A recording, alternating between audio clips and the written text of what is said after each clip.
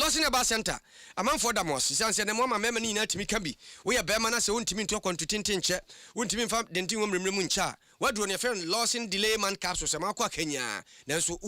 Udrunswa, ya we see ye the dead. Losing law chemistry, or Bebia, who see no, or Bebia Hoto Sono, who sees you one, a boa pa numbi, or bar, Nen Sanamra, the major Harinumajuma and Famau. Losing about Mesha, a 3 drew arches, a 3 chiwa, Ubobi and one, na fi wajina na so. Bebia to no me mu die, upebi a won second. Franco Trade Enterprise, one bedi drama a jana fee. And yes, a phones na opa to say ya, obekona ya bobo anu go pompo. Ho na manfo to phones na kotu no. Ti wo kona se wo tu bi e bo no wo fom, wo to ba konso wo fom. Enye phones nko a, e bia na aja, wo purchase freezer bia kosi de na refrigerator bi or washing machine, microwave, blender, CCTV camera na kra de, e configure ma o kama. Emfa won se de wiemu sachrete be bia be wura a chekron fama. Ma re fi se auto online na, e 40% discount na wunya. Ma nsa enka bi. Kasongo we decide. Kasongo we decide and when you no near do be some say says I would go mfuyano so achakura nansa ni nyina ba hwedwerebe say ya afuo na wodo mfuchire na afuo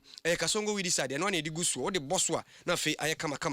na so obeda no asoda ye pa bia holy exercise spray ne koyo na and na kron abua bia ka say eninimu a spray ne begunu so no obehye nso nkonso beko nkabo ane mpabo antafre nyina be free den mo na fe watimi ada wenu ni nwaku aboa ya makase anwumre yesi adwa yete ebremu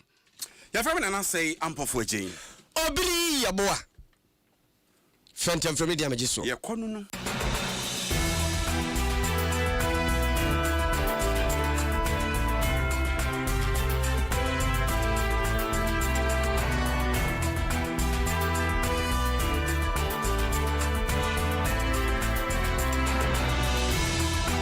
Bachoba Facebook aya no ahye no foforo so etimi anya ahwe na watie bia nhensem na se na ye hyase e de afiri o meya temu adwumaku do mo manfo beka ya enche bia e na oba pani a ono ne temu afo pani wo memu ma me getro tokonu omampani enam eye ne tumi a wo ene enhwemu ene omeya mamra so etu nade so na yetu nade so ne ja akwa yese ekuma no ene edue wo mu no epanya ye bo foforo pomam enti na wo so mampani hwe so obepa temu afo foforo ne nei na ababeto dwa se de agya obi dwan wo no obi nkwam ayi hwam no opani a enano ada yeyi mami etu akonwa yi ne se ono na nhwekire justice for bafo boni ono na ise omampani agina omeya mamra article 144+1 so aboni din se wo hwehwe hu na wanya watemu odwumakuo num na kakra ni obehwe kire se temu afo pani ni dwuma waye ani mpo no ne ne ye ni su a osafata so be temu afo pani wo mamu nti wodi din ama abedwakuo tu abanfo so ono no mu kire se de omemrate no na ne yinya tutumpe na obekọ omemrase befia ama wono madoso no na fei obaba yetemu afo pani ewo omamu na enkomodie mu no ne se da bi opani di atodwe de mienu no akire kakra kane pani kwankyerefo no da Ghana School of Law no yeru akwaku ansa asare na Adom Kasebo pia no ne ni di ko ne se opani edi ayate se omapani abonie na papa yi oyobi a sabi yenim na wiantie nso kane a emfa hwen na ase de na nso ja mo na mo ye mra ne mu adwuma mo nimu enimde anye bia okeka papa yi anum ehwe a esin wo betima ayo man mra mu hawo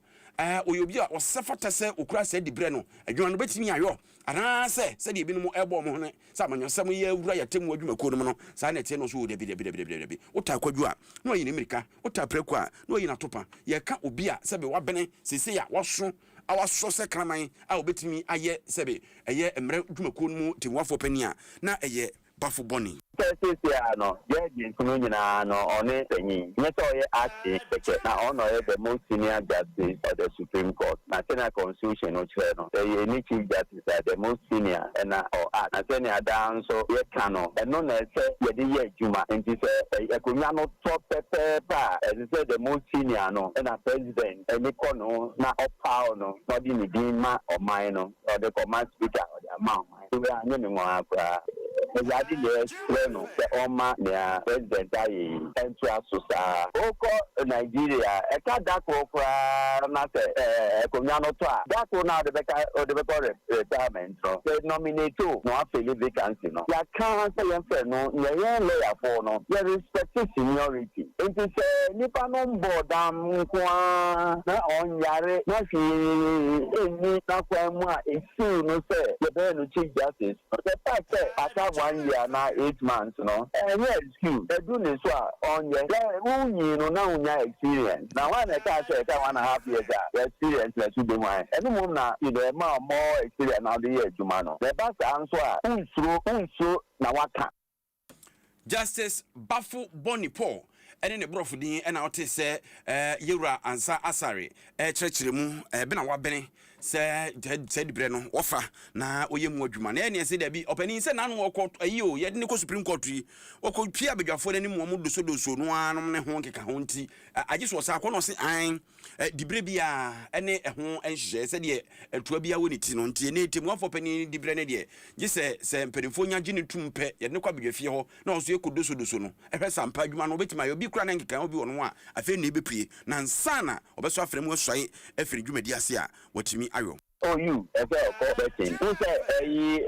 Apalu, Dr. Bilson, Apalu case, 1979. So after she by consulting, no, she said, then you have told that you send do a Jahunum, a buy, no, yeah, investing in view. They are vetting me that the constitution said there be a position you must necessarily subscribe to the oath. I know the 100 times. Now I pay now over at the South San Gary Bium at the same Baptist. We are born again. The fact that we Sudan doesn't mean that no be shower and this a Gary Bium baby. Na nyame no afrao aforo. Eti wey ene nsemo Yura Ansa Asari ye pani kwankyerefo akane na ono na eda eye Ghana School of Law no ode atodwafa Justice Bafo Boni ho na tafo mrahye bedwani Vincent Ekwasifua akotro nsem tintintintinti woni Facebook wo ho kyere se ye de amanyosemu edom ye ewo yatemu adwumakuo no mu a ena mpanifo ahyemu kina na no onim se aban yi baba be sakra ne emem so ase na na montu a wotuo nyina kyere se wo pono ne de bi ena de ahye baabi amoma be ya de bi e de ama no na yebomode asa nkesa beka no na nkwa betu no mutu a kyere mu yie wa hanso ahoma ne nyantomu enti yebeto aso dia mede tamale mfimfin abato mpeso aso tamale central 7 na meken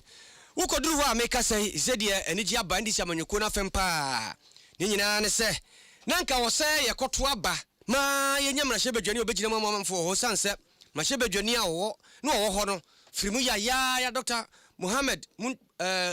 Mutala no ka wo mu a wiemhye nkwanhia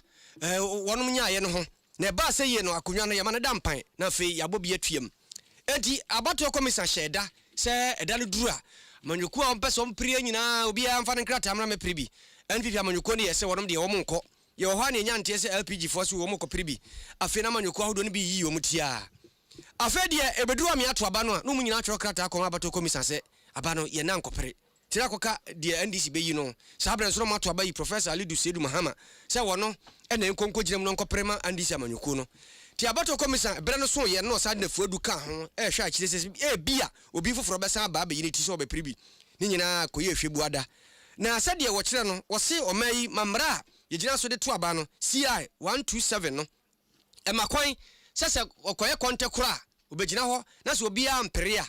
abato komisa timi so ne nsa e ka se wono na edi nkonim sa mra no ana na wagina so abodin se Professor Alidu Mahama Sedu wono ena sabredie ya to aba amano se mrahye bedwani a wokoso ide a kire omanfo ene akyame hene mrahye bedwafie no agina mudi ama omanfo a ewo Tamale Central na wohwa we ya bakosem a etoso mprensa sa asem we yi mprensa de asi nei ka ho mprensa a obi afiri mana ye kwa akopre akoto aba ama obi akosi mrahye bedwafo anan no obi a ne na mpere na wi ase ya nto so aba mpo na enso waye mrahye bedwani na yenti asem a bato komisa wonom de tubia out of LPG. Right after the close of nominations, they submitted letters to the returning officer indicating their interest in withdrawing from that contest. In line with CI 127, the Electoral Commission reopens nomination for another 10 days. That 10 days elapses only the day before yesterday on Sunday. As it stands, it means that only Professor Alidu Sedu Mahama stands nominated. And according to the CI 127, With permission, I will read. Where the time allowed for delivery of nominations has ended, and on the day before the election,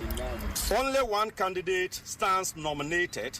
the candidate shall be declared elected. Wei aye abato commission Muniru Musa na otie nka no na yankwa homa so na ye ne abato commission pani a wono ewo Tifedo mantam ni nyina mu Northern Region na ye no eni nkomo mfasem opani Lucas Yeriel opani yamakwa baba Adom Kase so fine sir. na mami mbisa o se mo akase papa no mo declare se o ye winner na nka ye hwese bia nka anya bia no yes or no obi beba so nanso ye hu no sa. Yes, that is the law that dictates the process that it should go. It is unopposed by the close of the nomination. So where there is only one candidate who filed, there will not be any contest. He is gone unopposed. We have done it in the assembly. The District Assembly Union Committee, when we open nomination in that electoral area, and we close nomination, and it's only one candidate who is standing nominated, he stands elected unopposed. Ti be bisa se consequence no wonum nyina agi atum se de papa ya obai omuni problem bia. Yes, but that is why they have not, because the NDC has gone through their primaries to elect him. That one was a keenly contested election. There were 12, and he became the winner. So it is now for all the other people to contest in the constituency. And, MPP has already withdrawn, have stated their position that they will not contest. So any candidate or individual could have gone ahead to contest with him. And as we know, nobody is contesting with him. The permission was given, the provision was, we allow people to we extended the nomination for another 10 days, and still nobody filed to contest. So by that, he's going unopposed, and he's going to Parliament for swearing. Not just obi antimi challenge our court decision I'm taking. No, that is the law. That's what I'm saying. The law says at the close of the nomination, the first nomination period, 3 were the people who filed, and 2 withdrew at the close of nomination. So the law says that if you go to Article 10 of the Constitution, the 1992 Constitution, the law allows to open 10 days, allow 10 days for anybody who wants to contest. We opened the nomination for 10 days. The 10 days ended and nobody has duly filed. So you cannot go and force somebody to contest him. The permission, the law, we allow additional 10 days, and at the end of the 10 days, nobody has filed. And it is not our duty to go and force people to contest. Even on the individual basis, people can contest him. Party representative can contest him. And nobody has filed or gone through the process to file nomination. So, and the law allows that if you go on, if you are the only candidate who is standing at the close of the nomination, you will go unopposed. That is why we allow unopposed. Oh, okay. Not just when I'm cry easier. Yes, it has stopped the expenditure that would have been incurred conducting election, training people and deploying people, security. So it has gone as a very easy way for the commission and for the people in Tamale. And to when Rebecca said, Sir Presidents, this is the third time SC. Is it good for our democracy? Well, consensus is not bad. Consensus engender cooperation, harmony, because the elections sometimes get acrimonious. Look at the Akotia. You see the trouble that was in Akotia. So when there is a consensus in selection leaders, though the democratic process allowed that is what we normally say is unopposed. We are giving the opportunity to people who want to contest him or who want to contest him in the election to do that. 3 days first opening, only 3 contest filed, 2 withdrew. We open again for 10 days. 10 days expired, and nobody has duly filed. So under that circumstance, the law allows him to go unopposed. If you are saying whether it's good for the democracy, consensus too is not bad. In the assembly election, we see it in many electoral areas where people go unopposed and they are sworn in as assembly members. So we would have liked competition, but if the people internally feel that he is a qualified person and he is the person who can do their job, at the electoral commission level, we don't have any hand to play. It's the decision of the electorate in the constituency who should determine who they want to be their leader. Recently, Krana, some politicians suggested saying Kebetumi Krano and by-election Krano, it should be cancelled because I a waste of money. Kayempe will be representative said yes, yeah, and can take over from the person now with free money. Do you think, say, yes, if there's a generality, if there's a general opinion, then we have to go through the process to change the constitution and our laws to allow that. So if it becomes law, the law of the country that where there is by-election, the party should select somebody to go unopposed. It is fine and it is well. It brings peace. It brings harmony. You could imagine the by-election, what the by-election at Kotia recorded, the violence and the threat of life, property, the expenditure that was incurred in deploying security, election officials, and the printing of ballots. All those were cost to the nation. But as of now, if it is the country decision or the will of the people in Ghana to have it in that way, is good, and we should put it to the law. When it becomes lawful for us to do that, we at the commission will follow by that. But the primaries too was very highly contested. You know, there were 12 in the party who ran for that to be the representative to contest for the election. So there was already a fiercely contestation at the party level. It is only at the constituency level that is going unopposed. Mr. Yeriel,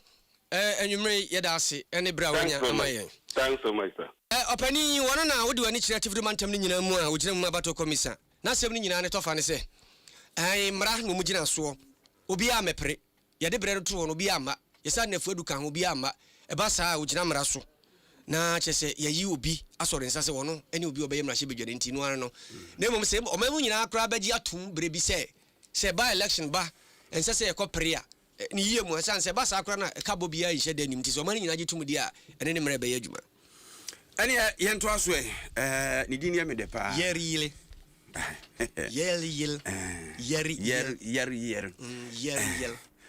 ye kwa yanimu a ye kwa ye osunko kuruko New Patriotic Party MPP amanyuko no wono makache ene da yi ena abedwako wono mapaw se won so nipa epese tu amanyuko no franka no eso nkeka wono mu hwe hu sie wo mu a chese dwam trene ni yewra kwame adokofo tie dwam na wo free dwumadi na se yewra pram to brede to anim se yewra kwame na je Japan ni nipa odi kan anie kokomlemle campaign office ho na dwumadi no ekopie ye anie Kennedy wo hina Japan enso so ekoye Dr. Alhaji Mahmoud Baumi anso akọ na Dr. Brian Champon enso akọ na Kennedy akompre kwa Japan kopie ho no wono no agya ni ondo kodi nkomo wi opia na manfo se hey ono abo no na akọ ekose no so ono ma wiewie no so mo nim so no nani abre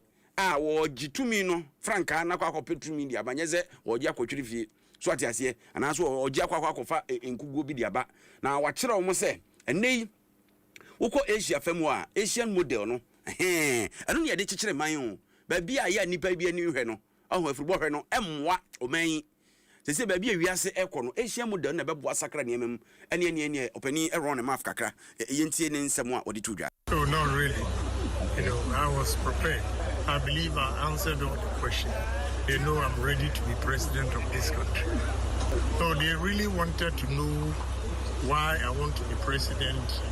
and my vision for the country as well as the party. Okay. So I enumerated a couple of points and how I'm going to address some problems. So basically that was the interview. They know I've been through and through party man for so long. So I didn't face any serious questions or they didn't antagonize me because they know my potential already. But they asked tangible and reasonable, I would say, reasonable questions. They were not hostile to me, and I was free to answer their questions. Na said ye kan ene Dr. Brian Champon as soon as a dreadful copies and say the party yesimu bondonko mi just said ni boto mu oduro de wosika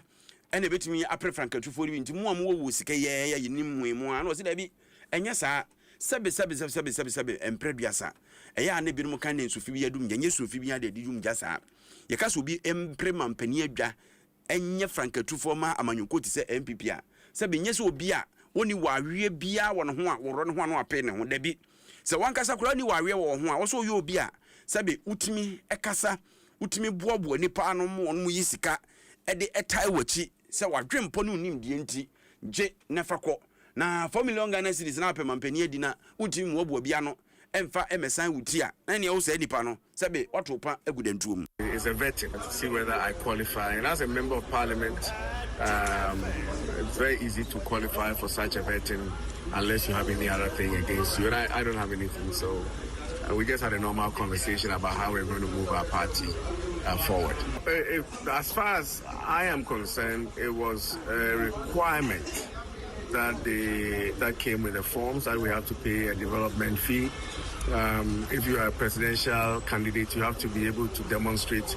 resourcefulness, to be able to mobilize what is required to fulfill the party's requirement. It has been done.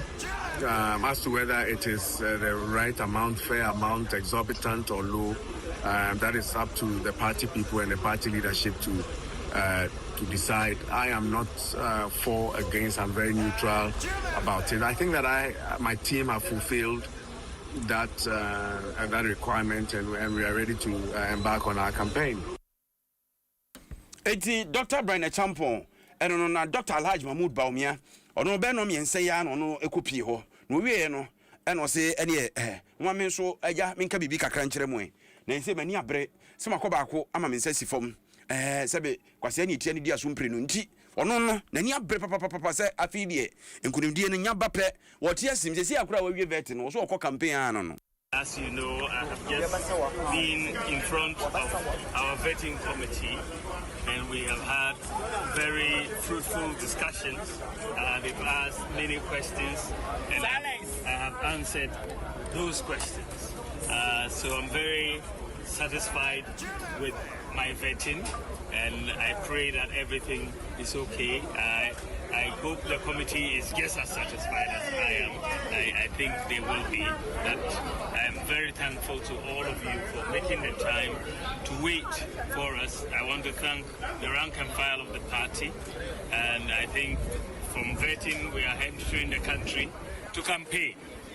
We are not taking anything for granted. We have to campaign very hard, sell our ideas, and sell the MPP so that we can secure this nomination and then proceed for the 2028 election. I want to thank all of you very, very much. Thank you. Thank you. Dr. Alhaji Mahmoud Baumia and Ote Nenkano.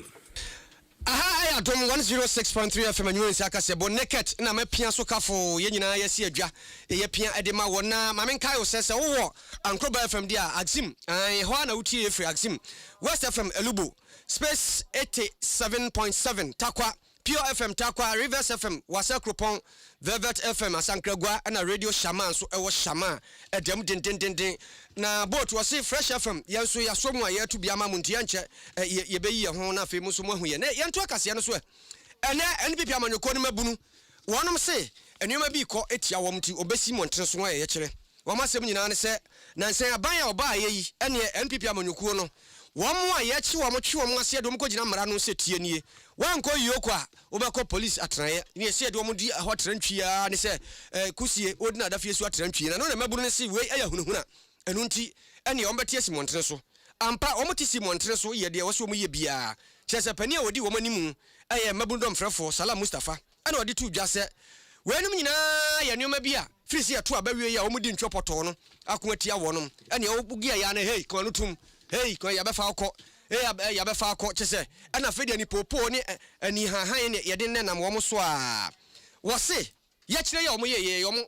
mra ma omo kwan so wo so omo ye ni omo aye na krataa nyina so de wo mu bia no mampani atena ye na mampani abedi akira atena ye pani o ya chama hene abedi akira ho Dr. Alex Segbefia Deputy Chief of Staff Vice President Office wono na gina mu je nkrataa no se o mo de aba mate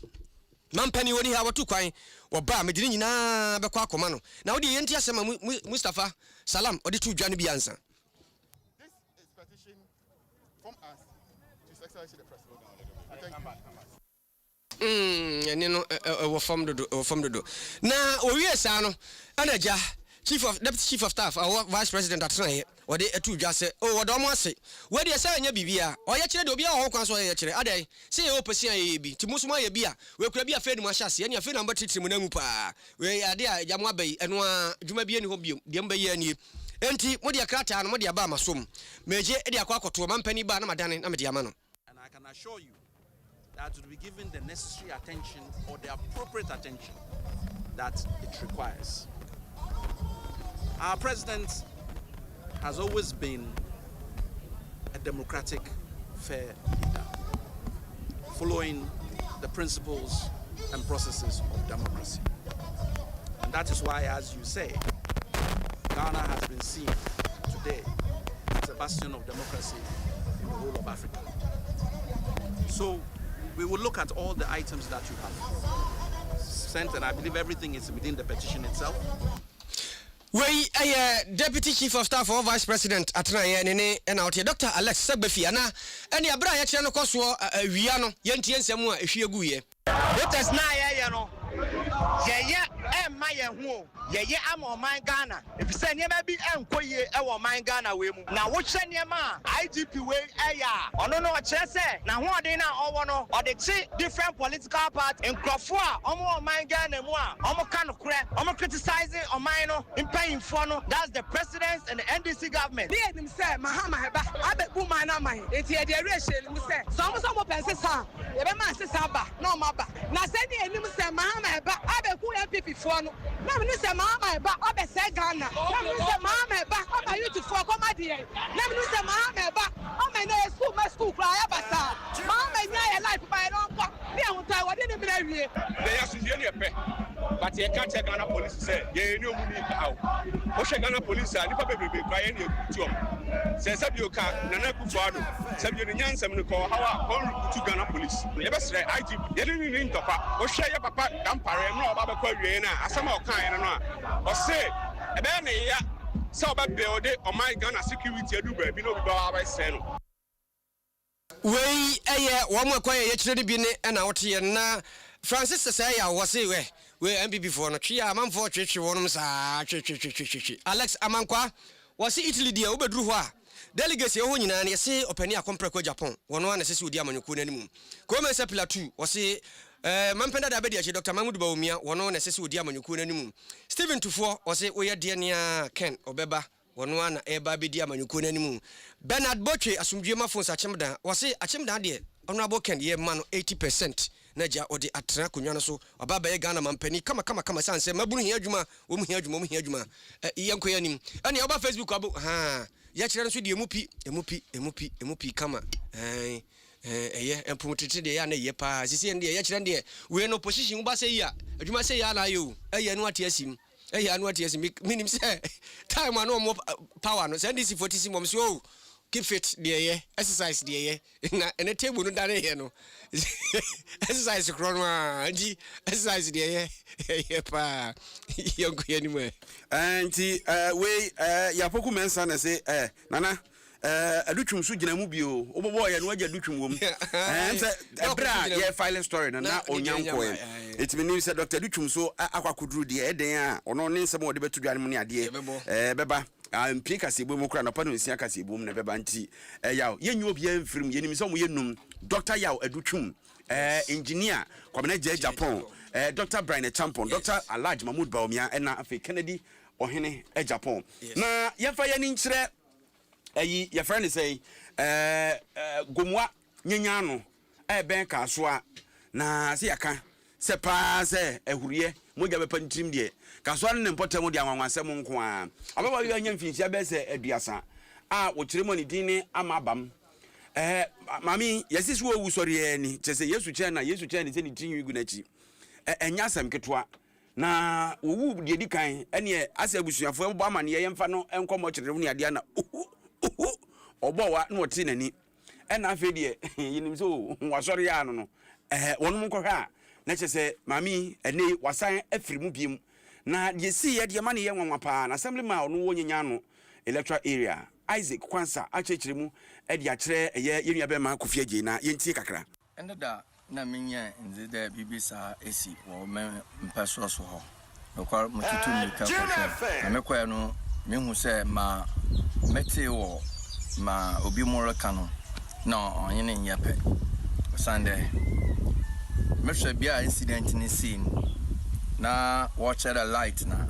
etumi ma bibisa si na mehu de no kwale ndedi kanu my TF nyina so te the work no onya no kwal the ma me de mani ko huni mu se the work say light no onya light na ebia impa na odi no na with you nti edika no ya ba ma doctors na oguda wo ye mu hwehwemi na report bia ya ababaso ya ma TF aswati eti assemblyman Isaac Kwansa na otene nka no na pania wono ne da eye kona busua no ewogu mu anyanya no nana emreye na eja wono nso okiremu ani busuani pa ene ababa a wafiri mu yi wono nso kirekire mu se enei na ababa ane yare kakra womde no ekọ hospital ho na doctor fo kanso wawu na se juma yen de ayi jon kwa no nti ne da na yema no me yin na kakra okọ de we na kakra na wa adwe de obahwe fo ma wo fi nti ogudo ho na na nti bere so tole atole yare no jema ho na na da fi isukuro fo me na wo de ase no na me yin ba para ko le to akape bi no arrest ọlọ́kọ̀ agubi so ho ogodu ogoro wan na twa afie den afifo nti no mo no ko dem ya bo fi de bia agubi na ale den o di na wo de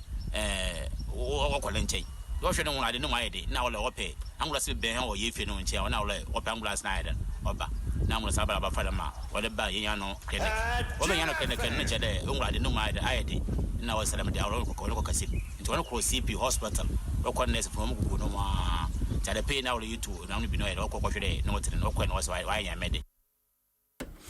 Kofi Agye Kofi Ahomanate obiri to aso e Kofi Ahomanate ntini ya nto aso na yemfa yani enkyere semfufuremu a pani kwankyerefo abede akire ema kukase a wo mayimu bambokuo wo mo de senu bone pa badanti kuro yimu atetra kuro yimu de wo mo soso ye from Narcotics Control Commission opani abede akire lawyer Alexander Chumbema ena ekasai se Ghana ha ye won ye omra kutia nubone nom tiso obi so na montere so na sa habande hye habantete ku am obeso kumo net asina no de no de nam nipa mu dia sa nipa na yetimi kye no chance mra makwan de akofa nkomo iba ye nyina ne se wo mo na obo ye yakire yi akwa me nkroma kanko kase no ho wa ni na namu ya MPP maburu no ebinum wo mu a ene no mo asowi no kumo ene wo mo a ede kire ehu videos eje se won de kire bi kura ho ani enwuma moto o me se red boy den tramo boy den ena ebinum matches partner dem na tita na mo ya che na mo ye na adane wi nu mu ni adi ene de mo ye ana mo hu ni se tiamra o me de so mo nim se duru sai di atimi ye de opebia na no na pani di atudwa se sa de na course no ase nipa bi adwe o me se ya de papa no na o mai mra makwan no mra bie ni ho makwan enti wo mo eye sa no kura no mfoni etimi hwemu din kura pa o mo kye wo mo sanse de o maye no etiamra. Okay, so we know security there.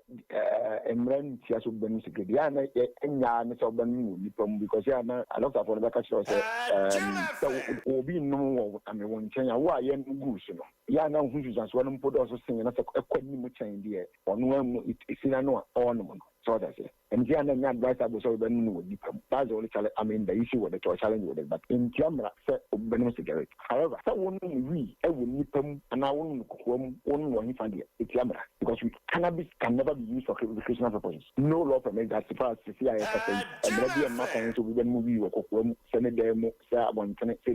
for instance, you could hear outside some anti quarter honor woman we narcotics for you, but you want to go more I didn't you can't say you to children. However, sending them police for police for another one should have some not be this how cost our no more. Nanka one more clients of na lawyer didn't cast ebe we no say we no ye chew sa no a ye kosohwe nye so ye chew ane de wakogina mara say wi ne siwa no habande hye da bi ye chew ane de akofa mfidiem ni ahwe na se ye sohwe ne fa fidie no sa ne gya na de na husie no bom sa na sa fidie ne dane ani asi weed na abasa habande hye habatete ku amwa oboa ene mra no ubegina no na ene wadi video na muno I mean say yen ye cannabis ye test nema ha ye de test hunu say ade no e am pass e ade sin indi say ye hunu sa ade no ana ye hunu in physical sense am fa ye video na sa na nema ye de test ni mu hunu sa ade approve say e cannabis ana say we ne ba kono na e kura no na say bia no oba no na say no no you can't just calculate and say because you have seen a video no e we no no dia ko chino if you get a very good lawyer I mean he will point you in your case but ye tinya na say ye and I will samples or some and I will test samples in a confirming area and the say and then you can go ahead and take any other action or step that was after the ATN. And ye all say ye Timu and Monam Circle, who are more shishia na Majam Sam Majia de Munti, just a young come with the channel. Man Yam said the demonstration Aka Okruma Mobayasa, Posy for no home to meet Chimo, Sanse Tiamra. Kofiaje Yamakwaba. Na Yesu be na pie ka so ayi egomo nyanyanwen. Well, Mario the Yesu nanu ma mi ankasa o. Na de ko ba se uma ma mi kana se mo nyam fie diasa. Na uba nyanya na unza anu empo anu enti ema ni nyina sori a na omukọ mpo anu no nkọ akoto nam no ba ho ebi nso ba be chine nchinam. Na mema no kopo ne ba na se omukọ amunya na mpa. Enti anda anopa ana mami anu anum no na mfo nya kompo na no so mkwa koto nam na oba abechi ne bi nso ma be ho mo de wa ho na emu na anopa be na nkuko no ndu no ana hu se afa ne ho nche da mfa no na okare na inu anu se oba fie na oba gina me ko so hu se ne ho mfa no enti emra bo be tuba ko ani ni anum e bae no na so mu nyen e da wa kaja woso no ati se omo he na tete omo so wato na nanu mo ntia do ati se wawuo enti na so ama mo frefre busuafo ni ade nyina nti se we na se video na de ba na manfo wura da mo no pia hodo mo se guo mo ti twa jaajo no a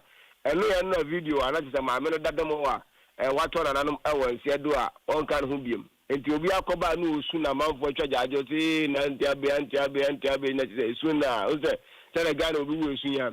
enti oda ho ama choma ko fra busuafo mpanimfo aba omo ya tutuntutu na se mo chiro no kwakosha ndi buka boje se de ayi ne nkomu fie no se de be ya nkofa ibi aba nti omo gusu a omo di adaka no bi so hwe no ma fra busuafo abi oda ho abobe no miensa ma mi re ne aso atini no bi a wu a yeguso ye pe adaka sie na wa fosu a mo ni zinga avede omo suro no nya na cheze obi a we fa na amerika ngom bi se bi a wo je saman etiano ana namso ama basa anom se ne sede ICI de omoba no ko nyanya no health center enti omo tam no mami enne to ambulance ne ko nyanya no health center omo ko dua na health center fo nchese hono anam se health center no muni machine yo metimi di ahwe na motimi di sustain no na ni sede ne home no asa hono wan na se na ni so atene de enti na so ma ko so fa no ko kaso mada en charge hospital jenna anumwe ana omode maamini ekoto mada en charge hospital ano ewo kaswa enti oda doctor fo agusu ahwe na din sesi nsu atire ni so atete na wo mala de na odi abede anope bo be duba ko a amasa frese maamini asa ko wu ama fe doctor fo hwe ya we de na okokura a doctor fo confirm to wu ti maamini no wu ya na ni so ten no omode ko hospital odi dia wie no wasawu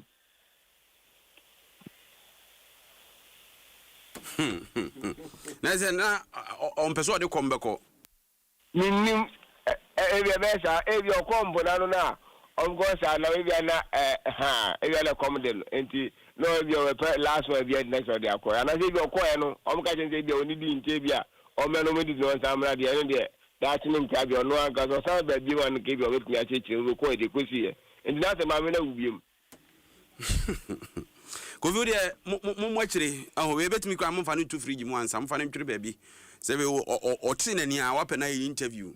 se so antine ni biom de ni oni nyame nko ye da se Kofi Agye na ye te na ma ne bone be na yakukumase obiri ye be kokumase se ya na ma men kai o sese wo baabi a wo te no ho afu mfuye no bebre ya je ho aboso a ye ntem pekasongo we decide agromonti for the abani bi na ye ene nansa pepepe ewura ni nyina behye na fe hoda ho na boa ho Franco Trading Enterprise edwan de omgusu di phones ne ho aka de papa fi ni ho CCTV camera nyina ho Lawson Eba Center se odi nupa ba Lawson Eba Mixture ti de adru Lawson Loke esiesie ma no na eja Lawson delay man capsules so ama be ma wa be mu a Fox Mosquito Coil entontom no anti ene de aba ene so se se ti na pagya no ho miam twitwim mu se bi ya wurawura me uso si ho ane aboa no ko hwini mu a okọ Pepsodent yemfa ntwiese eye pa ekumanum krokum se kankan pro ye nyina yifi ho Cinnamon noodles we ya na jawo no aya na ne mudi no chicken and vegetable na ye de aye kama pa Mariam Fisa High Sense everyday prices thank you home appliances de kroma obi antimi ni wo pe na woto a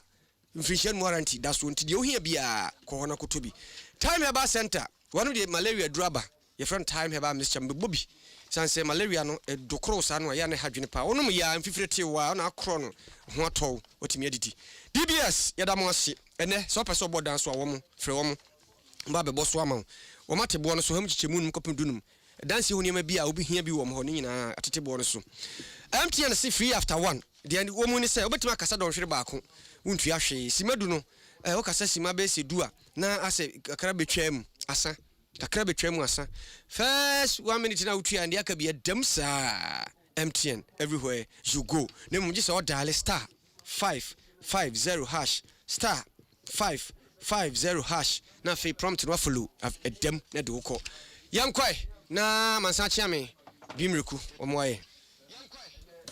Kobe otie nka ene esumu na ka kire ke edu se Chelsea ewo New Jersey na New Jersey fo waso ma gina tum ewo ne gas ovi papa no ne ade a wo ye nti no they say de okokra som na efa de wa sentimentum to asomaye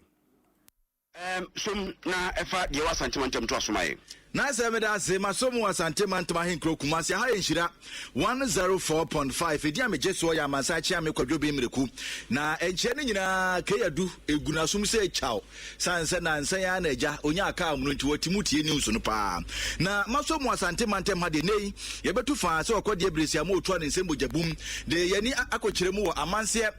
south na eho aye kwa ne ohwem a wo ma etu efom agudie ne nketuo mu a wo mo ate ekabum ko na akasai na womu ekirese nansen womu atese aben se ohwe garam se ku na enkofo pi na eka chemse aben wa feri sa no wote akire nyina ano paapa akwa kasa ntopo nkwa mpa enam enkofo chemse da bi enti sa o so ohwe garam se ku na sa garam se ku no ho enya ko ketwa o eya ade a eku no emu odua sanse sa garam se eba ye nyene enkofo die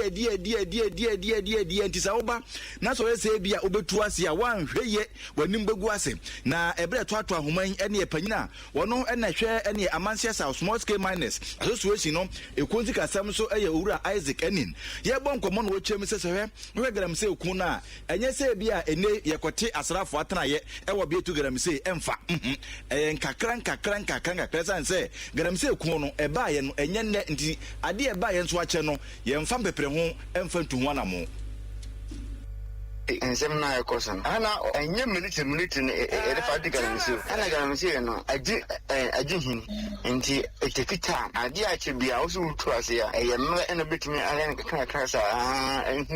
anama obutu na abo man ni nyina ye small scale for say se bi obi ye adwuma enya ne enkasa isolate ya ba garamsi for no omo adwo mo eye ankran na eyo omoduma omunni ekuo se ye garamsi eku ma small scale man ndi your small scale man eku and this individual because we may be adwuma and this we so jene obi opportunities akra we bia on pan adwuma se bi ensem fata Adeshimaima enipa ya training Kennedy ade Isaac Enono ena ye financial secretary ma Amansia South Small Scale Miners Association ena ye training kana wotwa ne nka seresewe se ade ba ko aban ebetima ye na nka ne bia garamse kun watimi adimu nkunimpa ne senka bia wote abadwokuo bi na abadwokuo no enko ese bia okofa akokho a wo motete nkran na mom wo ma ewo ene garamse miamia ho na ene bia ye tu garamse ho no na ene kromafo no bi se bia fa assembly man anase wo hene anase mpotemofo nkofo agya wo munnim ne mu bi pa sɛ de bɛya wo do mo ka sabadwakuo no ho ane akun yi wo mo ebetimi adi mu nkunim na o kyerɛ mu sɛ yɛtena ho ka sɛ nyɛ hwe nyina na ompraba ɛsɛ wo kyɛ enti ɛmmoa sɛ de bɛya wɔn fa ekrumafo no hyɛ committee no mu na ɛko no wo mo ntimi nim nkunim nti sɛ galamsey ne deɛ sɛ bɛtumi so aboa a aban no nti eku a ahemfo bɛka ho assembly member bɛka ho committeefoɔ bɛka ho wɔn na ɛwɔ nkuronkuro no mu a wɔn sɛ asomasi ha na wɔyɛ adwuma na so obi firi nkran na wɔsɛ metumi kurom wɔn no ɛmɛyɛ sɛ adwuma no deɛ a no wɔtoa no mpanyinfo no nyinaa yɛ wɔn ani so na wɔkɔa na nhunu obiara sɛbi no wɔyɛ nti galamsey no ho asɛm no deɛ ɛnyɛ da kopɛ na aban bɛtumi etuase Aresimaima opanyina yetene nkan ne din ade Isaac eni ono na ehwe small scale miners ne fa ewo Amansia South wo mu esikasem so na waje bre ene adom kase ebo nkomo na ewo garamse nsem kro ya mu na aka ho bi ama papa ye frɛ no Dr. Samuel Obiri na papa ene se eba mpotamo ene eho ne ma de papa wa bi wo mu pa wo kyerem se se wo hwɛ efom agudie tuo ene ho sunsuaso bone pa de bro ma ya ano ayeden wo kyerem se nei se wo hwɛ ye nua na dodo na se no tran ye na se wo kɔtɔ bi abɔde anase bank na wudwa ubedi no na owidade na agu yam eno krampo danchen so a wo ba na kopie mu obia ye na wo mutu fuma gudie bi te se oboase a agya wo mudi bibi ene nane goldi kɔhwɛ mo na ne ye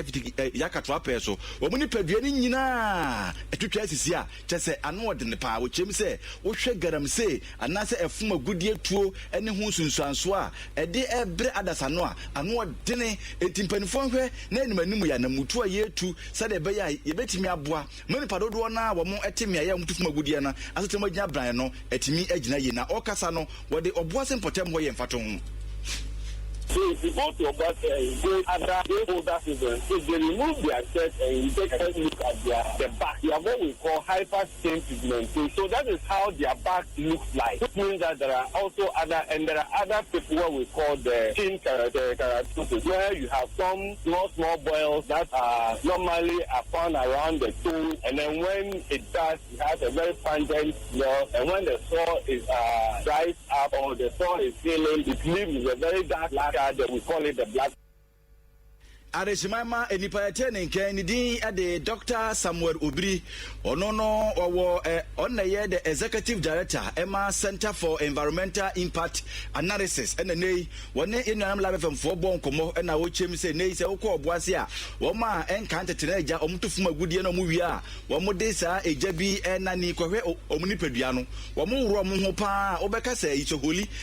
emu nyina twetwa asisi a wo kyese efuma gudie tuo no nsusanso de ano de pa so man ya nhwe ya ebedi ye Aresimaima empanisi kwa tintin bia no ya na ewie ewo wa bo na bra mkwa na eda ebrada imedi nsem nyina esie di amegeso eye amansa chia me kwadwo bimbeku na sei otimeka jolati over to you ewo nkran me kwadwo bimbeku na sei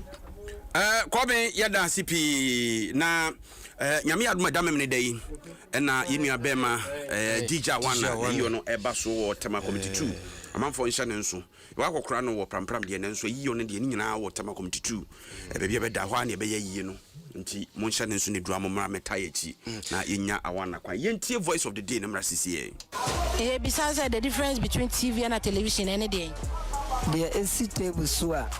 enkola ahwe ene TV no ana television nso ye de kase na ebo ha tipinfo ahwe ene television sanka yenso ye de aha ana minim say TV but so so na wo hwe a na da na television se be ya obehu bibi wo adena wo hwe no bako ni remote television no ene ye titi atikopo no ene TV no ne ene mremu ye fresh screen television no ene ye atikopo television no eno na dey see wude wu na wo hwe ene TV so dey station ya ka TV a station who create two station how be create bia no ni na ya TV no bia ni ni din dia tie no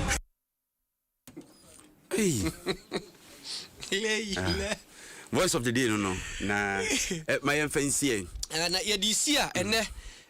me nua ba kon ama adutwumwa amrosa wona ye CEO ma Bright Vision Impex kaswa new market ene your birthday na can do special members ni na almost we wish you happy birthday yame unshraw no man kwatenten and asante ewo Gent Belgium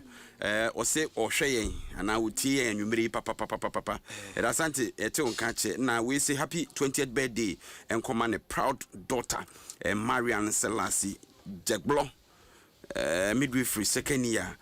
na wo minim midwifery baby kro de wo papa Kelvis Doclane and Doclane okay minimum yeah Kelvis now him say china ye abranti birthday abranti be African yes o china true che no ati from amfa African yanko Israel no piano papacho mamu we say no yi na God bless you okay God bless you ye God bless you as can tell you had drink so the mention timonye na mon sending mumu African I have number no bra oh na dia tudwa na man fa ron kakra gu so ama no ada roma na Facebook ni YouTube yi ati ase ya da masi bebre na se enkoma wo mo boy chidom Jagre Boas ademu no nkum Kwame Kulenu Adom Kasiebo demfo de chese okunum nyina egu achire sports pay 2 eto aso Every buyer, na sika mania hu sensem bebre.